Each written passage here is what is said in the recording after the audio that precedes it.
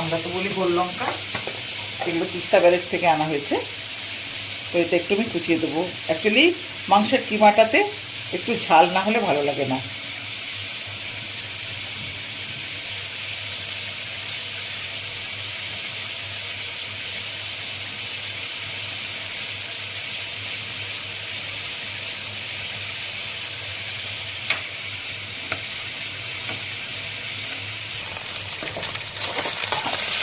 মাংসগুলো ভাজা হয়ে গেছে, তুলে নেব।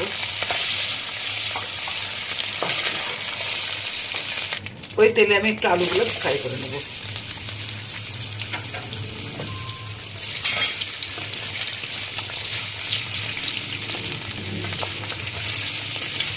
আলুগুলো ভাজা হয়ে গেছে, এর মধ্যেই তুলে নিচ্ছি।